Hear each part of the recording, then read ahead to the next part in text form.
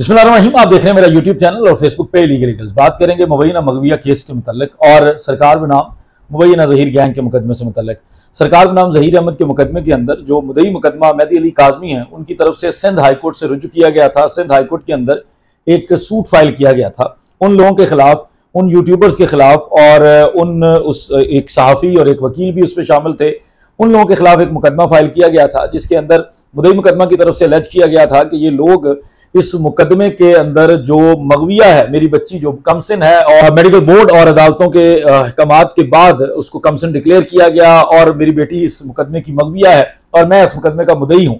लेकिन कुछ लोग अपने यूट्यूब चैनल्स के ऊपर और डिफरेंट और सोर्सेज के जरिए मेरे अहले खाना और मेरी बेटी की तस्दीक कर रहे हैं। उस तस्दीक अमेज मवाद को रोका जाए, इन लोगों के खिलाफ कार्रवाई की जाए और इन लोगों को बाज रहने के लिए इनके खिलाफ कोई बड़ी से बड़ी कार्रवाई जो अदालत कर सकती है वो की जाए। जिस पर 1 अगस्त को सिंध हाईकोर्ट की तरफ से एक फैसला सुनाया गया था। सिंध हाईकोर्ट की तरफ से इन तमाम यूट्यूबर्स और इसमें जो एक आध सहाफ़ी शामिल है, एक आध वकील शामिल है, इन लोगों के खिलाफ एक इंटरिम ऑर्डर पास किया गया था। इनको रोका गया था कि आज के बाद दोबारा तज़दीक अमेज गुफ्तगू नहीं करेंगे। मुदई मुकदमा मेहदी अली काज़मी, उनके अहले खाना और उनकी बेटी से मुतल्लिक कोई बात नहीं करेंगे। जिस पर इन लोगों को 26 अगस्त के लिए तलब भी किया गया था। और उसके साथ साथ पाकिस्तान टेलीकम्युनिकेशन अथॉरिटी और जो पीटीए, जिसको आप पीटीए के नाम से जानते हैं, जो इदारा पाकिस्तान का है जो ये डिजिटल चीज़ों को देखता है, जो इस मवाद के ऊपर कार्रवाई कर सकता है, उनको भी कुछ हिदायत, कुछ अहकामात जारी किए गए कि इन लोगों के खिलाफ कार्रवाई की जाए। जो मवाद हमारे सामने रखा गया है, इस मवाद को देखते हुए इन लोगों के खिलाफ जितना एक्शन लिया जा सकता है वो लिया जाए एज पर लॉ, और एक रिपोर्ट सबमिट की जाए 26 तारीख से पहले 26 अगस्त से पहले एक रिपोर्ट फाइल कर दी गई थी कोर्ट के अंदर। और 26 अगस्त को जब फाइल के ऊपर वो रिपोर्ट आई तो पाकिस्तान टेलीकम्युनिकेशन अथॉरिटी ने ये कहा कि हमने 109 किस्म के URL तो हमें दिए गए थे, हमें लिंक्स दिए गए थे, जिसमें कुछ फेसबुक के शामिल हैं, कुछ टिकटॉक के शामिल हैं और कुछ यूट्यूब के शामिल हैं। उन लिंक्स के ऊपर हमने कार्रवाई का फैसला किया है। हम इन लिंक्स के ऊपर कार्रवाई करेंगे, इनको ब्लॉक करेंगे। और वो टोटल 97 लिंक्स को उन्होंने ब्लॉक करने के लिए एक रिपोर्ट जमा करवा दी कि ये हमारा फैसला हो चुका है। उसके बाद 16 सितंबर को इस मुकदमे की तारीख थी, जिसमें हमने आपको बताया कि कोर्ट के अंदर के जो अदालत के अंदर समाअत हुई थी, जो इसके अंदर रिमार्क्स थे, उसमें अली अकबर सैतो जो पीटीए के लॉयर हैं, उनके मुताबिक अदालत ने बड़े सख्त किस्म के अहकाम जारी किए। अदालत ने पीटीए को बड़ी तंबीह की, पीटीए को यह कहा कि जो लोग बाज नहीं आ रहे उनके खिलाफ सख्त से सख्त एक्शन लें, और चैनल्स को ब्लॉक करने की हद तक भी बात हुई। लिंक्स को ब्लॉक करना तो ऑलरेडी तय था। उसके बाद उसके साथ साथ उन्होंने वफाकी हुकूमत को और सूबाई हुकूमत सिंध की, इन दोनों को पार्टी बनाया। वफाकी हुकूमत की तरफ से मिनिस्ट्री ऑफ इंटीरियर, उनके सेक्रेटरी को, और सूबाई हुकूमत सिंध की तरफ से उनके चीफ सेक्रेटरी को इस मुकदमे के अंदर फरीक बना लिया गया। और उसका एक अमेंडेड मेमो जो पार्टीज के नाम को अमेंड करके मुदई मुकदमा के वकील अहमद अली हुसैन की तरफ से फाइल भी कर दिया गया अदालत में, और वो अदालत के रिकॉर्ड पर आ गया। उसके बाद अगेन कुछ चहमुगैयां थी। जब रिटर्न ऑर्डर आया, रिटर्न ऑर्डर के अंदर वो सारी चीजें उस तरह से नहीं लिखी जाती जो अदालती रिमार्क्स होते हैं, लेकिन बहरहाल उसके अंदर ये लिखा गया कि पीटीए को ये अहकाम दिए गए कि आपने वन टाइम कार्रवाई नहीं करनी। जब भी आपके सामने इस तरह का मामला आए, फौरी तौर पर कार्रवाई शुरू कर दें और सख्त से सख्त जितनी आप कार्रवाई कर सकते हैं वो कार्रवाई करें। यह अहकाम देने के बाद जो अदालत है, अदालत ने 6 अक्टूबर के लिए इस मुकदमे को फिक्स कर लिया।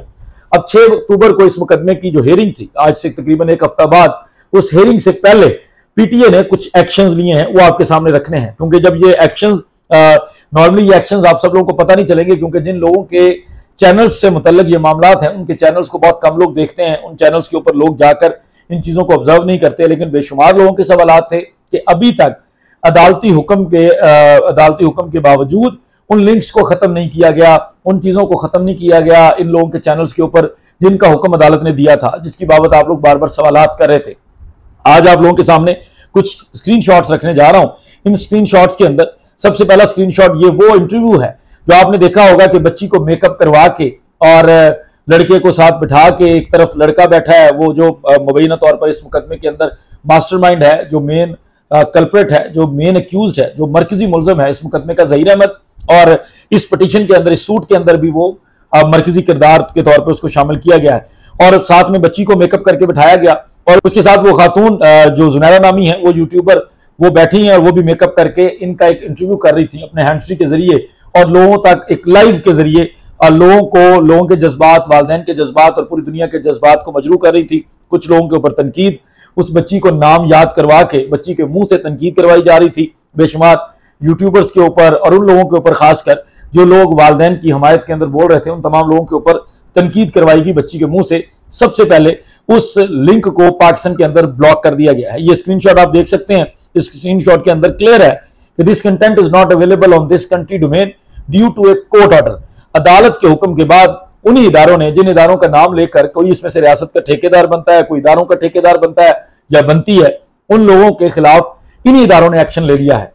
पीटीए ने उसको ब्लॉक कर दिया है। पीटीए ने पाकिस्तान के अंदर उस वीडियो को चलने से रोक दिया है और उसके ऊपर वाज़ेह तौर पर अपने रिमार्क्स दिए हैं।